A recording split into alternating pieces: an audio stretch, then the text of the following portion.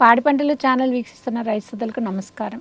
ఈనాటి అభ్యుదయ రైతుల పరిచయ వేదిక కార్యక్రమానికి ఎన్టీఆర్ జిల్లా తిరువూరు మండలం తిరువూరు గ్రామానికి చెందిన అభ్యుదయ రైతు శ్రీ నల్లబోతుల గోపాలస్వామి గారు పాడి పంటల ఛానల్కి విచ్చేశారు. నమస్తే అండి. నమస్తే మేడం. మీరు ప్రకృతి వ్యవసాయ విధానంలో నువ్వు పంట సాగు చేస్తున్నారు. నువ్వు పంటలో వీరు ఆచరించే ప్రకృతి వ్యవసాయ విధానాల గురించి ఛానల్ ద్వారా తెలియజేస్తారు. నమస్తే అండి, నా పేరు గోపాలస్వామి అండి. మాది తిరువూరు. ప్రకృతి వ్యవసాయ విధానంలో నువ్వు పంట సాగు చేస్తున్నాను. నేను మొదటి పంట వరిని సాగు చేస్తాను, దాన్ని పిఎండిఎస్ విధానంలో సాగు చేస్తాను. దాని తర్వాత రెండో పంట కింద నువ్వులు ఎంచుకుంటాము.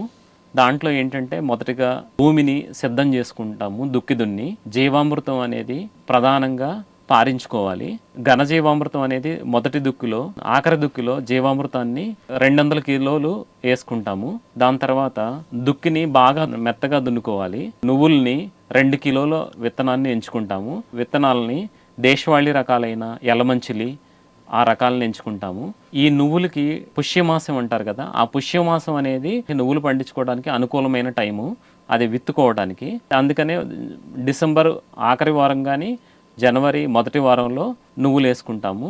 దానికి ఎకరానికి 2 కిలోల విత్తనం సరిపోతుందండి.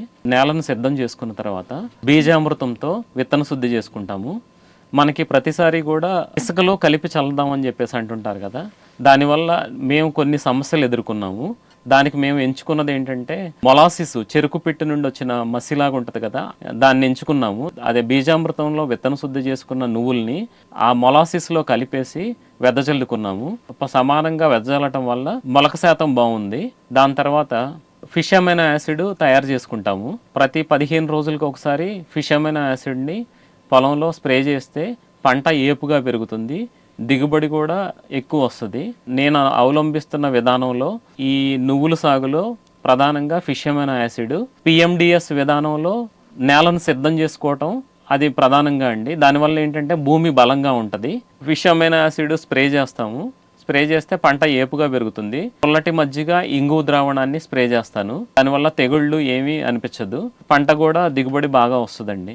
ఒక సంవత్సరం నేను నువ్వుల పంట వేసానండి. అప్పుడు పొదును సరిపోక సరిగా మొలవలేదు. గవర్నమెంట్ వారు ఒక 15 రోజులలో డ్రిప్ శాంక్షన్ చేశారు, పొలంలో ఇన్స్టాల్ చేసేసారు. అప్పుడు ఈ నువ్వు సరిగా మొలవలేదనుకోని చెప్పేసి డ్రిప్ పైపులు వెంట నీరు వస్తుంటది కదా, వచ్చినప్పుడు వాటికి ఆ డ్రిప్ పైపుల వెంట బెండని నాటించాను.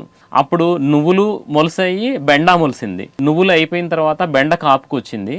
ఆ బెండ నుండే నాకు 30,000 రూపాయల ఆదాయం వచ్చింది.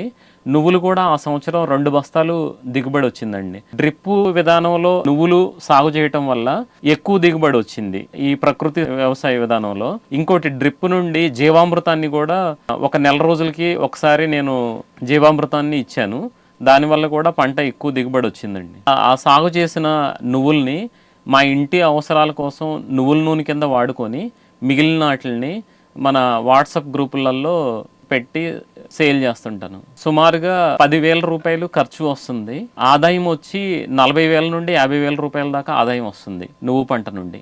ప్రకృతి వ్యవసాయ విధానంలో నువ్వు సాగు, వినూత్నమైన నాటే విధానం గురించి, అదేవిధంగా డ్రిప్ ద్వారా నీటి యాజమాన్యం వల్ల అధిక దిగుబడి సాధించవచ్చని ఛానల్ ద్వారా చాలా చక్కగా తెలియజేశారు. ధన్యవాదాలు. ధన్యవాదాలు.